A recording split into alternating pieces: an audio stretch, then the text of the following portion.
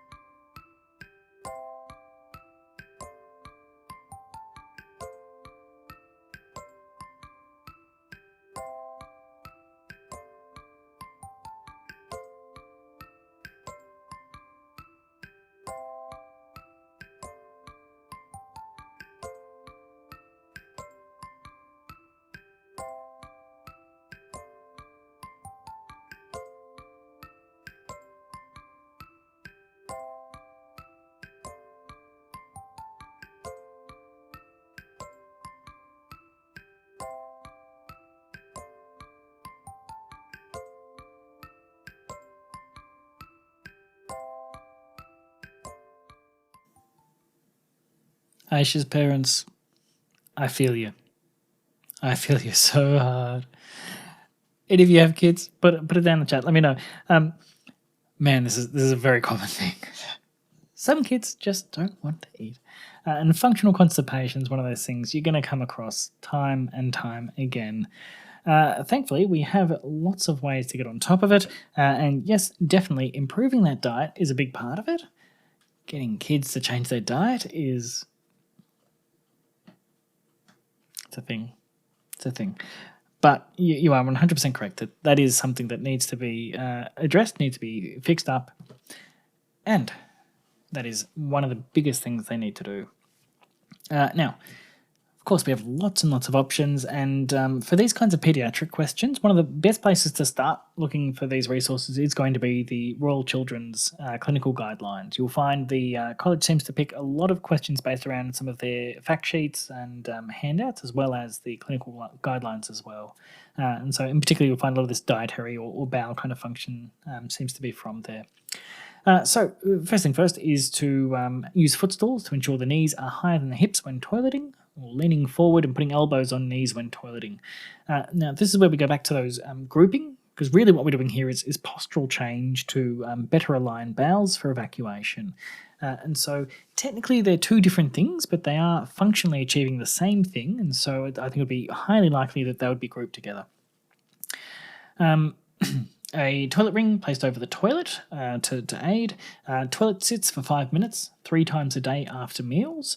And that also just encourages part of that routine, can help take some of that kind of fear response away or distress response away as well. Stool charts or diaries. The bee's knees. Do them, they work, use gold stars, make it something that's fun and playful for the kids, and they respond really, really well to that. Anything that encourages positive behaviour, kids really thrive on. Now, encourage to exercise more. Movement is a great stimulator for bowel activity, so definitely encourage that. And is something we know is a problem, as we have an increasingly sedentary, I was about to say workforce, hopefully not workforce, group of children around us. Reviewing toilet access is that they actually can't get to the toilet when they want to, so look at the barriers to using toilets. Delay toilet training attempts until child is painlessly passing soft stools, so make it a more pleasant experience. They're not feeling like they're having to suffer pain to get the reward. And, of course, limit excessive cow milk intake. Very, very important. Now, I wanted to highlight the answer that you gave isn't technically on this list, but I would accept it. And I would, if I was marking the exam, I would probably give this a mark. And tied to this as well, this happens all the time where they get into the exam, they've made all their questions, they've made all their answers, and they see things like this. And they say, oh, wow, yeah, oh, that's actually a really good answer. And if enough people put it there, they do actually take that back and add that to the answer pool if they agree with it. And it goes through a few different committees. And this is one of the reasons why the KFP exam takes months to answer, because there's all these things going back and forth to do that. And so, yes, you've correctly identified that the diet is a big part of this. And so not only limit excessive cow milk, but definitely changing up that diet would make a massive, massive difference. All right, let's move on to the next part of the question then. 2 minutes on the clock and your time starts now.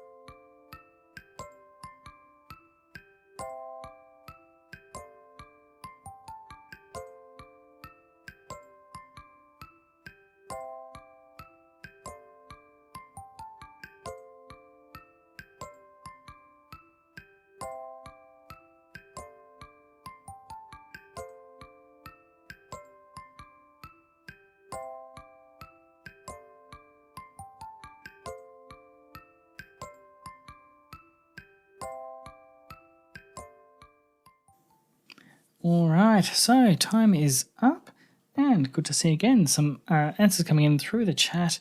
And I can see we have a few more viewers and we have answers. That's fine. If you're not feeling comfortable putting stuff in tonight, no worries, no hassles.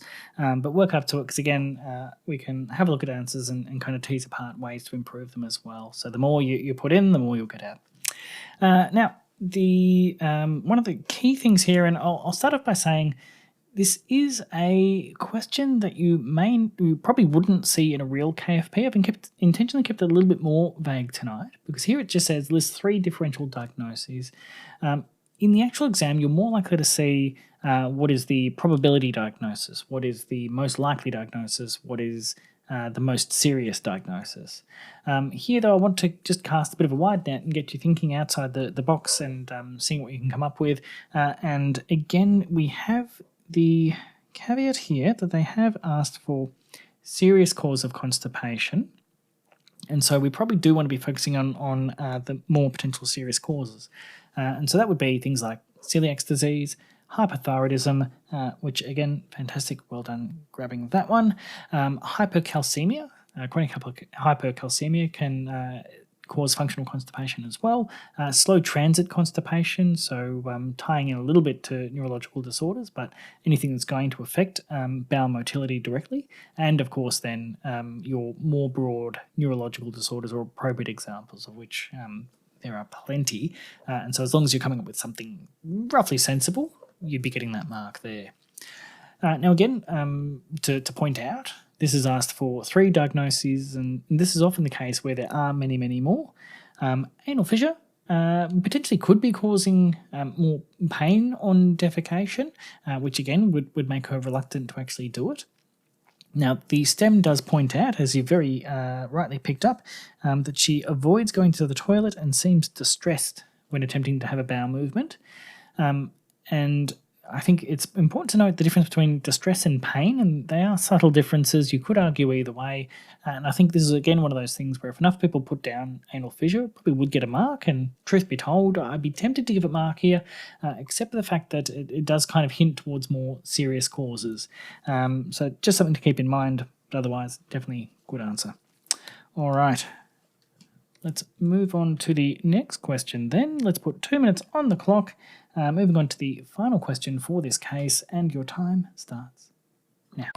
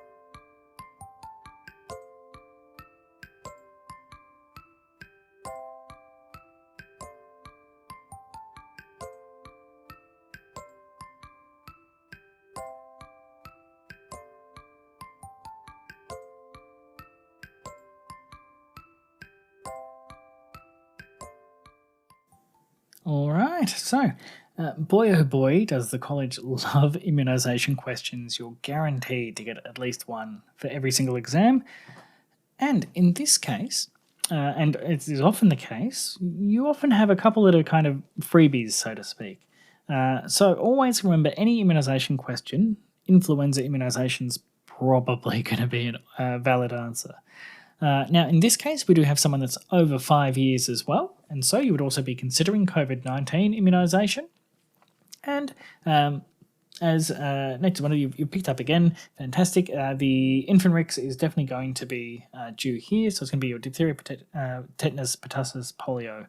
Now, the college has clarified you can use brand names, or you can specify the diseases to be covered, and they will accept those as long as it's legible. Often the brand names do get a bit confusing, and so always be mindful.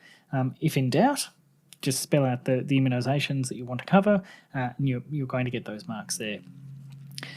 Now, it's painful. I'm sorry. You just have to learn the immunisation schedule, and that includes the immunisations for Indigenous and Torres Strait Islanders as well, and those who may be immunocompromised or at-risk populations. It's painful. It changes. So personally, I don't believe there's a point in memorising it rotely, but for the exam, it's just one of those things you got to do.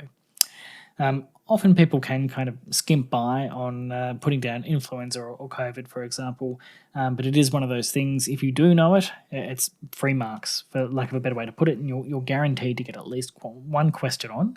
And so it probably is worth that time and effort to have.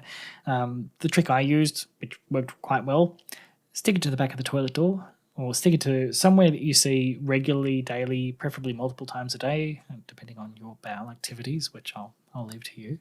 Have it somewhere that you're going to have that repetition and familiarity with it. Plus then, anytime you think of the immunisation schedule, you'll get the shits. Couldn't help it, sorry. Had to do it.